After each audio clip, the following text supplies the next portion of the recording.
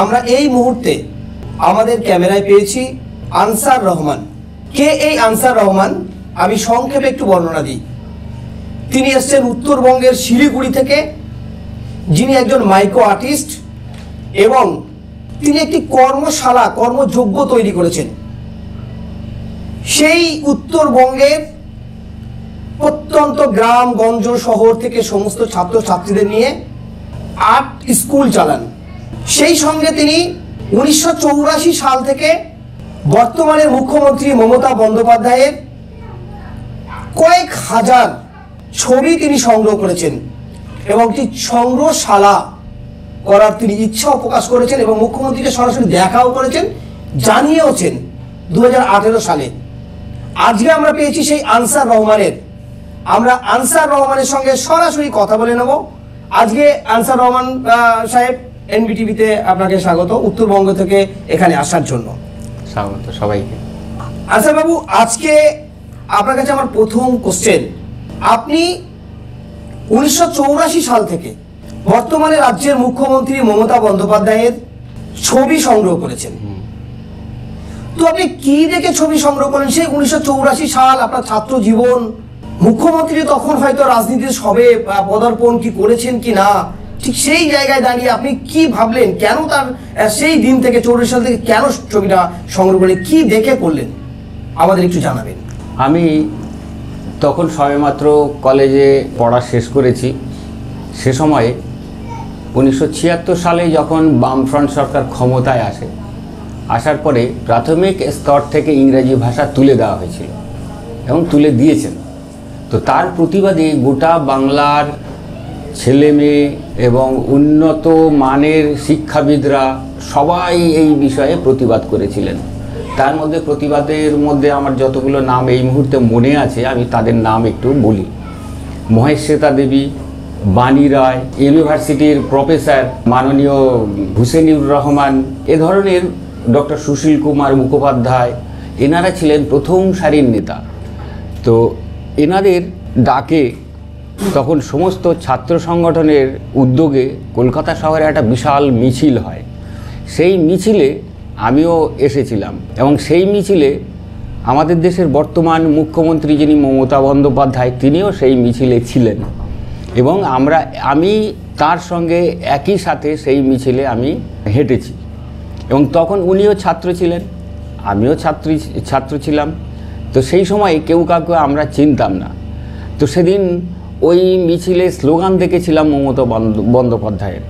Slogan দেখে আমার মনে হয়েছিল যে এই মহিলা কোনো একদিন আমাদের পশ্চিমবঙ্গের বিখ্যাত একজন মানুষ হয়ে উঠতে পারেন। তো সেদিন আমার মনে একটু দাগ কেটেছিল, কেন জানি না। সেই থেকে আমি মমতা বন্দ্যোপাধ্যায়ের ছবি সংগ্রহ করা শুরু করি। আমি সেই প্রথম ছবিটা সংগ্রহ করি, আজও আমার সেই স্মরণীয় ছবি। 1984 সালে যখন এটা শুরু হয়, তার কবে ছবিটা ছাপা হয়েছিল আমি জানি না, কিন্তু মৌলালি মোড় থেকে যখন আমি সেই মিছিল থেকে ফেরার সময় সেই ছবিটা আমি রাস্তায় পড়ে থাকতে দেখি। তো হঠাৎ তুলে নিয়েছি। মিছিলের দিনে না তার পরে? মিছিলের দিনেই, ফেরার সময়। তো সেই ছবিটা আমার অ্যালবামে আমি রাখি, এখনও আপনাদের দেখাবো সেই ছবিটা, প্রথম সংগ্রহ করা ছবি। তো তখন থেকে সেই ছবিটা আমি যত্ন করে রেখে দিয়েছিলাম। তারপরে আর অনেক খোঁজাখুঁজির পরে অনেক চেষ্টা করেছিলাম, মমতা ব্যানার্জির ছবি আর কোথাও পাইনি, বেরোয়নি। তারপরে 1 বছর পরে আর একটা ছবি পেলাম, তার পরের বছরে পেলাম। এইভাবে করতে করতে প্রতিদিন একটা দুটো করে ছবি পেতাম। যখন রেলমন্ত্রী ছিলেন, যখন তিনি গনি খান চৌধুরী সাহেবের বাড়ি গিয়েছিলেন, তখনকার ছবি আছে আমার কাছে, আমার অ্যালবামে। এই ধরনের প্রচুর পুরানো ছবিও আছে। তো এইভাবে ছবি সংগ্রহ করতে করতে আমি শেষ পর্যন্ত 1918 সাল পর্যন্ত আমার ছবি সংগ্রহ হয়েছে 10,000। তারপরে 1918 সালে আপনার 10,000 ছবি আপনি সংগ্রহ করেছি এবং সেই ছবি আপনি তো একজন আর্টিস্ট, আপনি প্রচুর ছবি তো এঁকেওছেন। হ্যাঁ, আমি প্রচুর ছবি এঁকেছি। এখন আমার বাড়িতে প্রচুর ছবি আছে ওনার আঁকা, মুখ্যমন্ত্রীর ছবি। হ্যাঁ, মুখ্যমন্ত্রীর ছবি আঁকা আছে আমার বাড়িতে। আর প্রায় বাইরে থেকে লোকজন আসতেন, এই কিছু খবরের কাগজে ছবি টবি দেখে আমার কাছ থেকে ছবি কেনার জন্য আসতেন। আমি বহু ছবি বিক্রিও করেছি। অনেকে নিয়ে গেছেন এবং সবাই প্রশংসা করেছেন যে হ্যাঁ আপনার হাতের ছবি খুবই ভালো। এখনও আমার হাতে অনেক ছবি আঁকাও আছে। তো আপনার এখন কি ইচ্ছা, এই যে ছবি আপনি এত সংগ্রহ করেছেন, প্রচুর এঁকেছেন, এবং আমি কিছুদিন আগে দেখলাম যে আপনি নোকেও ছবি এঁকেছেন, হ্যাঁ। 1 পয়সায় ছবি এঁকেছেন, 2 পয়সায় ছবি এঁকেছেন, কাদের কাদের ছবি এঁকেছেন? এই নোকের উপরে আপনি দেখলাম যে অলিম্পিকের একটা ছবি, অলিম্পিকের লোগো হ্যাঁ আপনি নোকেই এঁকেছিলেন। হ্যাঁ, অলিম্পিকের লোগো আমি এঁকেছিলাম আমার হাতের এই বুড়ো আঙ্গুলে এইখানে এঁকেছিলাম। তো নর্থ বেঙ্গলে NANI টিভি চ্যানেল আমার বাড়িতে এসেছিলেন, এসে সেইটা প্রচার করেছিলেন এবং ওয়ার্ল্ডের বেশিরভাগ মানুষ এই ছবিটা দেখেছিলেন। তাতে অনেক প্রশংসা করেছেন, অনেকে বলেছেন এই ধরনের কথাবার্তা যে মাইক্রো আর্ট অলিম্পিকের লোগো এই প্রথম বোধহয় কেউ আঁকলো। তো এখন আপনার কি ইচ্ছা? একটা সংগ্রহশালার ইচ্ছা, আপনি যেটা এই যে ছবিগুলো সংগ্রহ করেছেন সেটাকে আগামী প্রজন্মের জন্য, ভবিষ্যৎ প্রজন্মের জন্য একটা সংগ্রহশালার যে আপনার ইচ্ছা, এর জন্য কি মুখ্যমন্ত্রীকে জানিয়েছেন? হ্যাঁ, এর জন্য আমি মুখ্যমন্ত্রীর কাছে নিজে গিয়েছি। ওনার বাড়িতে প্রথম দিন গেছিলাম, উনি আমাকে পরের দিন ফোন করে ডেকেছিলেন নবান্নে আসার জন্য, এবং নবান্নে আমি গিয়েছিলাম। ওনার 14 তলার অফিসে আমি দেখা করেছি, উনি আমার সঙ্গে সেখানে 10 মিনিটের মতো কথা বলেছেন এবং সংগ্রহশালা করার জন্য উনি আমাকে সম্পূর্ণ আশ্বাস দিয়েছিলেন যে কোনো অসুবিধা হবে না, আমি সংগ্রহশালার ব্যবস্থা করব। কত সালে বলেছিলেন? সেটা বলেছিলেন 1918 সালে।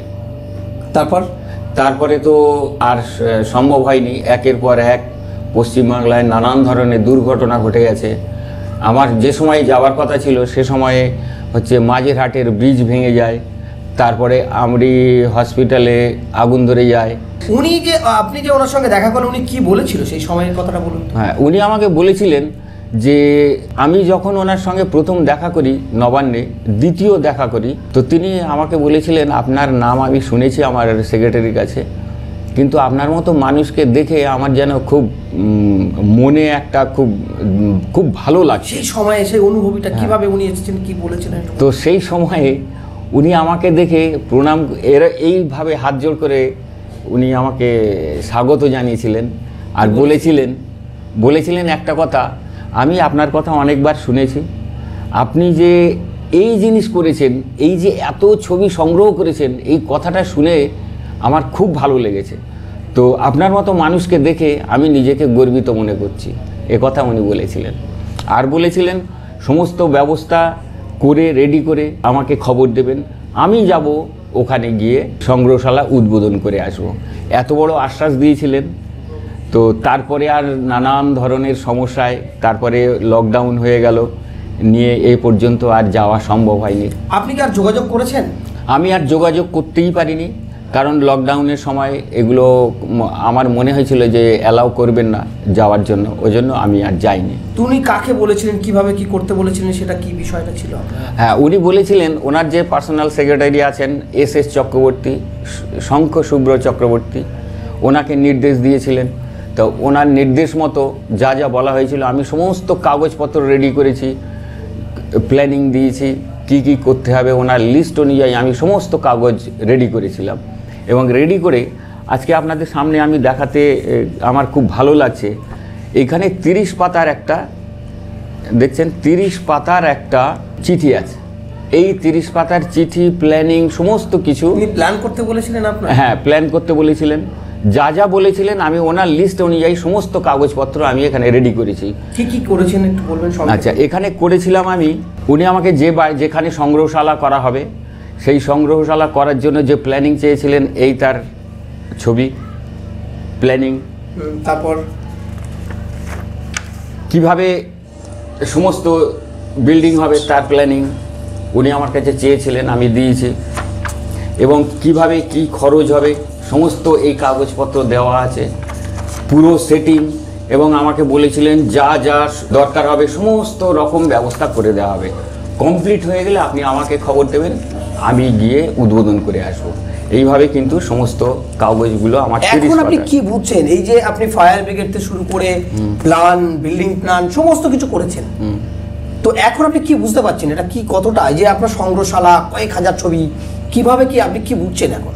এখন আমার একটাই দুঃখ, যে দুঃখটা আমি কাউকে প্রকাশ করতে পারছি না। আমি এত বছর ধরে এত ছবি সংগ্রহ করেছি। সত্যি কথা বলতে কি, আজকে একটা খুব ক্ষোভের কথা আমি বলি, আজকে যারা তৃণমূলের যারা নেতা, বড় বড় নেতা, আমার কাছে যে সমস্ত সংগ্রহ আছে, এই তৃণমূলের নেতা যারা দলকে বলে আমরা এত ভালোবাসি, তাদের কাছে কিন্তু এই মায়া মমতা বা দরদ দিয়ে এই জিনিস কারো কাছে নেই। আমি যেটা করেছি। আপনি কিভাবে সংগ্রহ করেছিলেন পেপারগুলো, এতগুলো পেপার? আমি শুনেছি যে আপনি রাস্তায়ও কুড়িয়েছেন, ডাস্টবিন থেকে নিয়েছেন, একসঙ্গে কতগুলো পেপার কিনেছিলেন আপনি? আমি তখন খবরের কাগজ কিভাবে কিনেছিলেন, কিভাবে সংগ্রহ করেছেন বিস্তারিত? তখন খবরের কাগজের দাম ছিল খুব কম, 1 টাকা 50 পয়সা, 1.5 টাকা, এইভাবে আমি তখন 15 টাকা করে খবরের কাগজ কিনতাম প্রতিদিন 15 টাকা আমার একটা বাধা ছিল। তখন 15 টাকায় মোটামুটি 10টা 12টা খবরের কাগজ পাওয়া যেত। তখন যুগান্তর কাগজও ছিল, সত্যযুগ কাগজ ছিল, সেই সমস্ত কাগজও পর্যন্ত আমি কিনেছিলাম। তারপরে আমি যখন 90 সালে শিলিগুড়িতে যাই, তখন থেকে উত্তরবঙ্গ সংবাদ ব্ল্যাক অ্যান্ড হোয়াইটে ছাপা হতো, সেই খবরের কাগজ আমি তখন থেকে কিনতাম। এবং এখনও পর্যন্ত সেই খবরের কাগজের দাম 5 টাকা, কিন্তু এখন আমি আর কিনতে পারি না। খবরের কাগজ 5 টাকা করে দাম হয়ে গেছে, আমি 5টা কাগজ কিনতে গেলে আমার 25 টাকা লাগে, আমি সেই কাগজটা এখন আর কিনতে পারি না। এরকম পুরানো যেখানে খবরের কাগজ বিক্রি হতো, সেখান থেকে আমি কুইন্টাল কুইন্টাল কাগজ কিনে নিয়ে এসেছি। কুইন্টাল কাগজ। মানে একসঙ্গে কতটা মানে পুরানো কাগজ কিনেছেন? পুরানো কাগজ আমি একসঙ্গে একবার কিনেছিলাম 1.5 কুইন্টাল, তারপরে 1.5 কুইন্টাল কাগজ কিনেছিলাম। কেন কিনেছিলেন 1.5 কুইন্টাল? তার থেকে আমি মাত্র 40টা খবরের কাগজ পেয়েছিলাম 1.5 কুইন্টাল কাগজ থেকে। 1.5 কুইন্টাল কাগজ, ওটা বলুন একটু। 1.5 কুইন্টাল কাগজ কিনেছিলাম, সমস্ত ধরনের কাগজ। তো সেই 1.5 কুইন্টাল কাগজ থেকে আমি মাত্র 40টা খবরের কাগজের ছবি পেয়েছিলাম মমতা ব্যানার্জির, আর 40টা কাগজের ওজন ছিল মাত্র 5 গ্রাম। এই যে ছবিগুলো যখন কাটা হয়, কেটে 5 গ্রাম, 40টা ফটোর ওজন ছিল 5 গ্রাম। তো সেই 5 গ্রাম ছবি 1.5 কুইন্টাল কাগজ থেকে আমি পেয়েছি। তো এরকমভাবে আমি সংগ্রহ করেছি। এ সমস্ত সংগ্রহ, এই যে ব্যাপারগুলো, এই সমস্ত খবরগুলো কিন্তু আমি আমার শিলিগুড়িতে যত নেতা আছেন, যারা পর্যটন মন্ত্রী গৌতম দেব, ওনার সঙ্গে আমি কথা বলেছি। উনি আমার বাড়িতে এসেছিলেন এবং বাড়িতে এসেছিলেন, আধ ঘন্টা ধরে এই ব্যাপারে কথা হয়েছিল। উনি বলেছিলেন যে ঠিক আছে, ব্যবস্থা হবে, ভোটটা হয়ে যাক, আপনি আমার বাড়িতে আসুন। এবং পরবর্তীকালে ওনার বাড়িতেও আমি গেছি, ওনার সঙ্গে ওনার বাড়িতেও কথা হয়েছে, কিন্তু তেমন কোনো আশ্বাস পাইনি আমি। শুধু উনি বলেছিলেন বাড়িতে যেতে, আমি বাড়িতে গিয়েছিলাম, তার কোনো সুরাহা পাইনি। তো আপনি প্রতিদিন এই যে 10টা 15টা কাগজ কিনতেন, 1.5 কুইন্টাল কাগজ কিনেছেন একসঙ্গে, সেখানে হয়তো 40টা আপনি মমতা ব্যানার্জির ছবি পেয়েছিলেন। তো আপনার এই যে সংসার, আপনার স্ত্রী, আপনার কি কোনো বাধা দেয়নি সেই সময়? হ্যাঁ, প্রথমে আমার উপরে খুব রেগে যেতেন। তারপরে আমি বাজার করতে গেছি, বাজার না করে খবরের কাগজ ব্যাগ ভর্তি করে কিনে নিয়ে এসেছি, এই জন্য খুব রাগা রেগে যেত। তো রেগে যাওয়ার পরে আমি আস্তে আস্তে খবরের কাগজ কেনা কমিয়ে দিই, তারপর 1টা 2টো করে কিনতে থাকি। তারপরে তো এগুলো লুকিয়ে লুকিয়ে কিনতাম। তারপরে আমাকে আমার বিশেষ বলতেন, কী ব্যাপার, তুমি কাগজ কিনছো না, তোমার কাগজ কেনা বন্ধ হয়ে গেছে। তারপরে উনি যখন আমি কেনা বন্ধ করে দিয়েছি, তখন উনি আমাকে সাহায্য করতেন, কোথার থেকে কুড়িয়ে আনতেন, যেখানে খবরের কাগজ পাওয়া যেত কাগজ সংগ্রহ করে নিয়ে আসতেন, আমাকে প্রচুর হেল্প করেছেন পরবর্তীকালে। প্রথম দিকে একটু রেগেছিলেন, কিন্তু পরবর্তীকালে আমাকে অনেক সাহায্য করেছেন। এখন আপনার কি চিন্তা, কি বলবেন এই সময় দাঁড়িয়ে, এই জায়গায় দাঁড়িয়ে?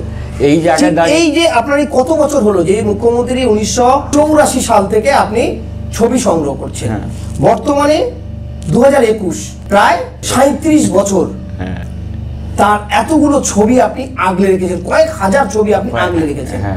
এই যে আপনার একটা ইচ্ছা যে সংগ্রহশালা করবেন, আগামী প্রজন্ম দেখবে, তো সেটা যদি আপনার না হয়, আপনি কি বলবেন এই সময় দাঁড়িয়ে?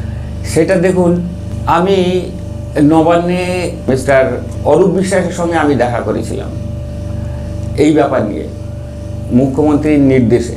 তো অরূপ বিশ্বাস বলেছিলেন যে আপনি এইসব করেছেন, এইগুলোর কোনো দরকার নেই। আমি কিন্তু একটিও মিথ্যা কথা বলছি না।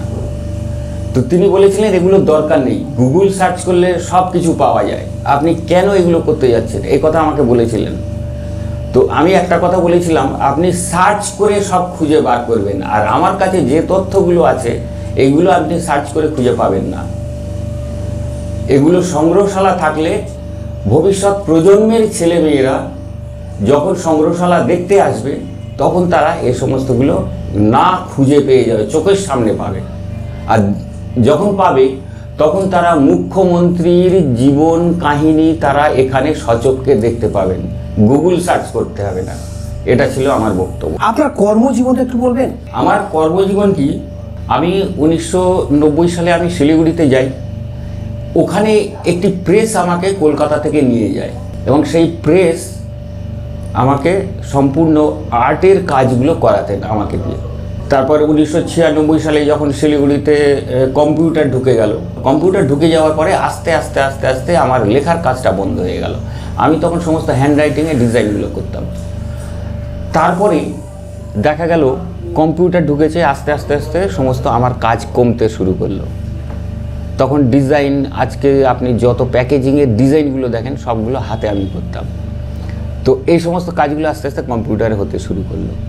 তো আমি আবার কম্পিউটার কিনলাম, কিনে বাড়িতে করতে শুরু করলাম। কিন্তু আমি তো ফাইন আর্টের আর্টিস্ট, যারা কমার্শিয়াল আর্টিস্ট, যারা কম্পিউটারে এই কাজগুলো করতো তারা কিন্তু আমার থেকে আরও দ্রুত কম্পিউটারে শুরু করে দিল এবং আমি তখন আস্তে আস্তে নিশ্চিহ্ন হয়ে যেতে শুরু করলাম। তারপরে হাতের লেখাও বন্ধ হয়ে গেল করে 2008 পর্যন্ত আমার এই আর্টের সমস্ত কাজ প্রায় বন্ধ হয়ে গেল। তো তখন সেই প্রেসের আমাদের যে বস ছিলেন তিনি বললেন, আপনার তো কাজ নেই, তো কি করব, আপনি আমার অন্য ডিপার্টমেন্টে আসুন, এসে আমার প্রেসের এই দায়িত্বগুলো নিন। তো আমাকে অনেকগুলো দায়িত্ব দিয়েছিলেন, আমি সেই দায়িত্বের কাজগুলো করতাম। তাতেও আমাকে চালিয়ে নিতে হয়েছিল।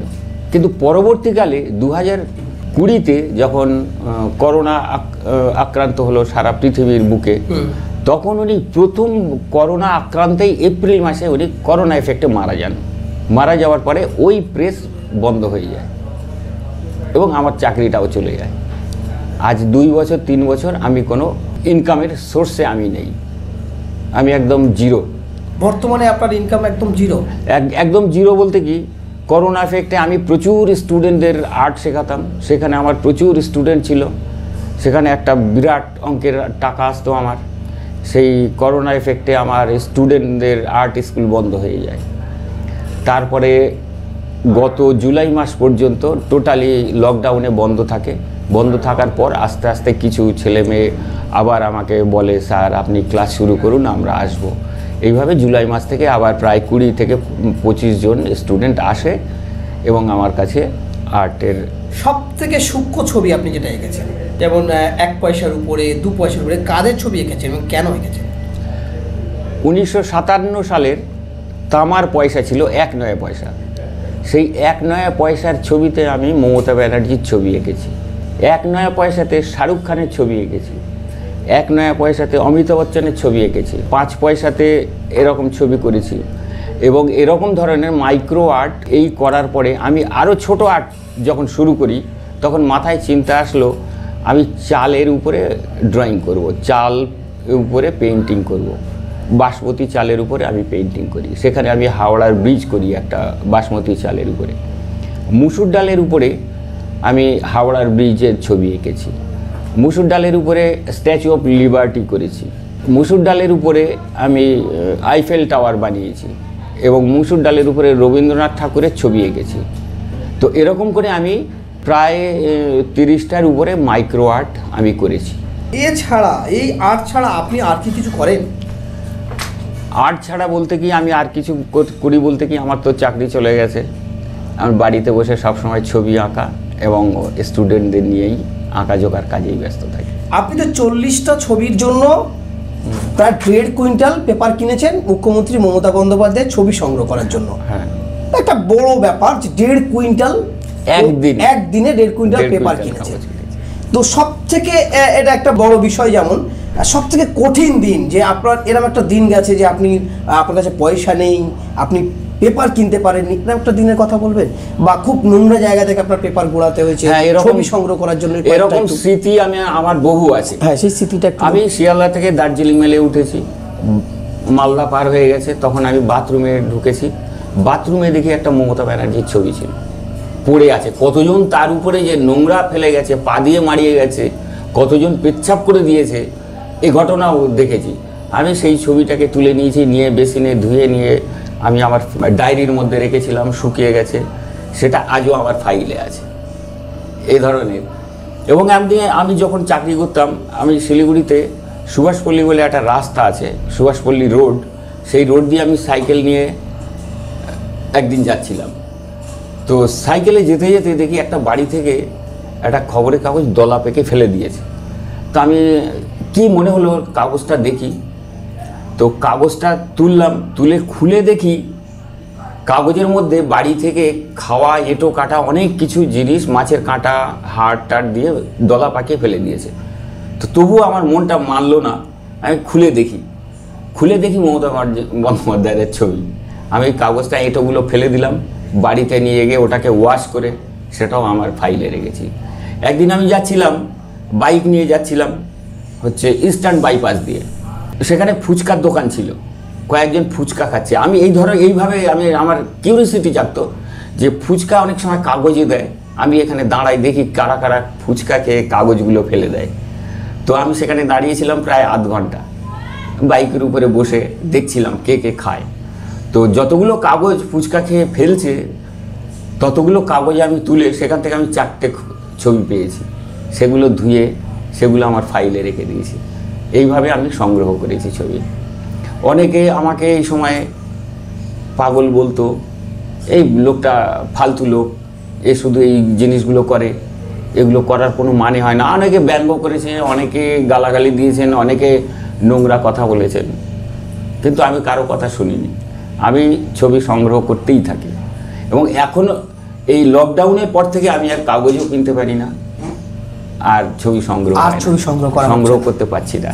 আপনার সঙ্গে যখন বন্ধুরা থাকতো, আপনি রাস্তায় গিয়ে একটা পড়ে থাকা পেপার গুড়াতেন, খবর কাগজ যখন গুড়িয়ে আনতেন, তো তারা কিছু বাধা দিত না বা কিছু বলতো না? আপনার বলতো মমতা পাগলা, এভাবে টোন করে কথা বলতো।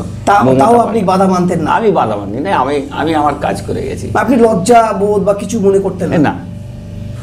তো আপনার এরম কি কোনোদিন হয়েছে যে আপনি যখন এরম নোংরা জায়গা থেকে পেপার কুড়িয়ে এনেছেন বা ছবি দেখছেন বা খুঁজছেন, তখন কি আপনার বন্ধু বান্ধব কেউ সরে চলে গেছে? এরম কি করেছে?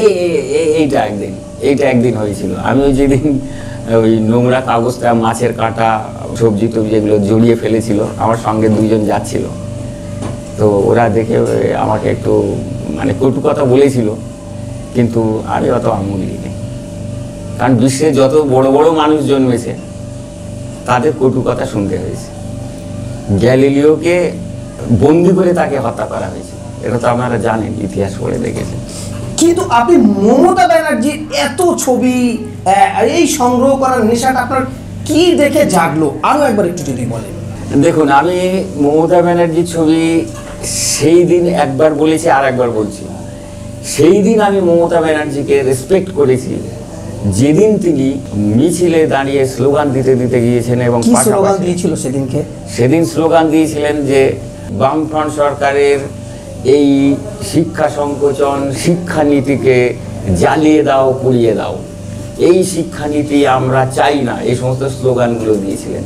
উনি ইংরেজিকে সমর্থন করতেন, ইংরেজি ভাষা তুলে দিয়েছিলেন বামফ্রন্ট সরকার।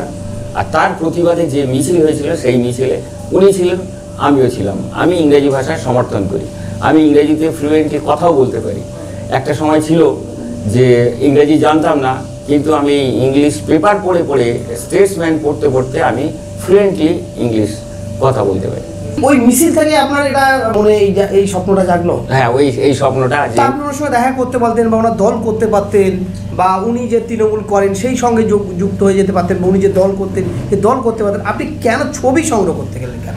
না, আমি কোনো রাজনৈতিক দলের সঙ্গে আমি কোনোদিনই আমি মিটিং মিছিলে যাইনি। কিন্তু ওই সময় যেটা আমি গিয়েছিলাম সেটা হচ্ছে ছাত্রদের মিটিং মিছিল। ছাত্ররা একটা অন্যায়ের বিরুদ্ধে প্রতিবাদ করেছে, আমিও ছাত্র ছিলাম, তখন আমি গিয়েছিলাম। কিন্তু আমি কোনো রাজনৈতিক দলের সঙ্গে যুক্ত ছিলাম না। এখনও আমি কোনো রাজনৈতিক দলের মিটিং মিছিলে যাই না। কিন্তু মমতা ব্যানার্জিকে দেখে আমার মনে হয়েছিল ইনি একদিন ইন ফিউচারে খুব বড় একজন মানুষ হতে পারেন। এটা সেদিন আমার দাগ কেটেছিল। সেই তৃণমূল পার্টি তখন জন্মায়নি। আমি ছবি সংগ্রহ করা শুরু করেছি 1984 সাল, আর তৃণমূল পার্টির জন্ম হয়েছে 1998 সাল। তাহলে কতটা ডিফারেন্স! তখন আমি তৃণমূল বলে কোনো শব্দই শুনিনি। তো তখন থেকে আমি ছবি সংগ্রহ করা শুরু করি। এখন কেমন লাগে আপনার মমতা ব্যানার্জিকে? দেখুন, আমি যেদিন মমতা ব্যানার্জির বাড়িতে যাই কালীঘাটে, ওনার সঙ্গে সেই 84 সালের পর থেকে আমি ফেস টু ফেস প্রথম কথা বলি কালীঘাটে ওনার বাড়িতে। এবং সেদিন আমার মনে হয়েছিল মুখ্যমন্ত্রী হচ্ছে ইনি, যিনি একদম সাধারণ মানুষের সঙ্গে চলতে পারেন, তিনি সাধারণ মানুষের সঙ্গে কথা বলতে পারেন। সেদিন এটা অনুভব হয়েছিল। তারপর ওনার সঙ্গে কথা বলার পরে আমি বাড়ি চলে গেছি। যাওয়ার পরে উনি পরের দিন ওনার সেক্রেটারিকে বলেছিলেন যে শিলিগুড়ি থেকে যে ভদ্রলোক এসেছিলেন উনি কি চলে গেছেন না আছেন। তো আমাকে ফোন করে জেনে উনি বলেছেন না আছেন। ঠিক আছে, ওনাকে বিকেলে 4টের মধ্যে নবান্নে আসতে বলুন। আমি নবান্নে ওনার কথা মতো নবান্নে 4টের মধ্যে চলে গেছিলাম। গিয়ে ওনার সঙ্গে 15 মিনিট ওনার সঙ্গে কথা হয়েছিল এই সংগ্রহশালার বিষয়ে। এবং উনি আমাকে আশ্বাস দিয়েছিলেন যে এই সংগ্রহশালা আপনি রেডি করুন, কমপ্লিট হয়ে গেলে আমাকে খবর দেবেন, আমি আপনার বাড়িতে গিয়ে এই সংগ্রহশালা উদ্বোধন করে আসবো। এই পর্যন্ত আমার সঙ্গে কথা হয়েছিল। কত টাকা বাজেট এই সংগ্রহশালা করতে? এই সংগ্রহশালা করতে 2018 তখন যে কস্টিং ছিল সমস্ত রেডি করতে, মন্ত্রীকে জানিয়েছিলাম এই তার সমস্ত পেপারস, এই পেপারসটা জানিয়েছিলাম, এতে সমস্ত রকম প্ল্যানিং দেওয়া আছে। এতে তখন খরচা হয়ে দাঁড়িয়েছিল 29 লাখ টাকার মতো। তো 29 লাখ টাকার সেই বাজেটটা এখন আমি হিসাব করে দেখলাম প্রায় 60 লক্ষ টাকা, ডবল যা জিনিসপত্রের দাম হয়েছে, প্রায় 60 লাখ টাকার মতো স্কিম দাঁড়িয়েছে। তো আমার ইচ্ছা মমতা ব্যানার্জিকে আমার গভীর শ্রদ্ধা, তিনি যেন এই ব্যাপারটা দেখেন এবং এই সংগ্রহশালা করার জন্য। এবং তার সঙ্গে সঙ্গে আরেকটা কথা আমি ওনার সেক্রেটারি এবং আমি গৌতম বাবুকে জানিয়েছিলাম, উত্তরবঙ্গের পর্যটন মন্ত্রী, উনি আমার বাড়ি এসেছিলেন। আমি আর্ট কলেজের কথা বলেছিলাম। উত্তরবঙ্গে আর্ট কলেজ নেই, উত্তরবঙ্গে কোনো আর্ট কলেজ নেই, আর্ট কলেজ নেই, আর্ট গ্যালারি নেই, এবং এই সংগ্রহশালা, এই তিনটের জন্য আমি আবেদন করেছিলাম। আপনি কি জায়গা দিতে চেয়েছিলেন? হ্যাঁ, আমি মুখ্যমন্ত্রীকে বলেছিলাম যে যদি কোনো জায়গা না পাওয়া যায়, আমার নিজস্ব কেনা যে জায়গা তাতে আমার বাড়ি আছে, এই বাড়িটাকে আমি ভেঙে দিতে রাজি আছি যদি উনি এখানে সমস্ত ব্যবস্থা করেন। এবং উনি বলেছিলেন যে ঠিক আছে, ওখানেই হবে, আপনি সমস্ত ব্যবস্থা করে দেবো আমি, আপনি রেডি করুন, আমি নিজে যাব, গিয়ে উদ্বোধন করে আসবো। একথা উনি আমাকে বলেছিলেন। সেই আশায় বুক বেঁধে আছেন এখনো? এবং যেদিন কথা হয়েছিল সেই তারিখটা হচ্ছে এই তারিখ। উনি আমাকে নবান্নে ডেকেছিলেন, আমার এই ভিজিটার স্লিপে তার প্রমাণ আছে। এটা কত তারিখ ছিল? তারিখটা হচ্ছে 27/6/2018 বিকাল 4টে। এই তার সেদিন যখন দেখা করেছিলেন আপনার অনেকটাই মানে আশা জেগেছিল যে আপনার সংগ্রহশালা, আপনার এতদিনে যে মানে রাস্তা থেকে কুড়িয়ে আনা, ডাস্টবিন থেকে কুড়িয়ে আনা, বাথরুম থেকে কুড়িয়ে আনা, একসঙ্গে 1.5 কুইন্টাল পত্রিকা কেনা, হয়তো আপনার স্বপ্ন পূরণ হবে। কিন্তু আজকে কি ভাবছেন? তো আজকে আমি এখনো আশা আছে আমার যে মুখ্যমন্ত্রীকে যদি আমি আবার এটা স্মরণ করিয়ে দিই, বা উনি জানেন, তো আশা করি এই সংগ্রহশালা হবে, আমার ইচ্ছা। তো আপনি তার আশেপাশে যে নেতা মন্ত্রী বা যে বর্তমান পলিটিক্যাল যে লিডার, কারোর সঙ্গে কথা বলেছেন এই বিষয়ে? হ্যাঁ, এই বিষয়ে কথা বলেছি।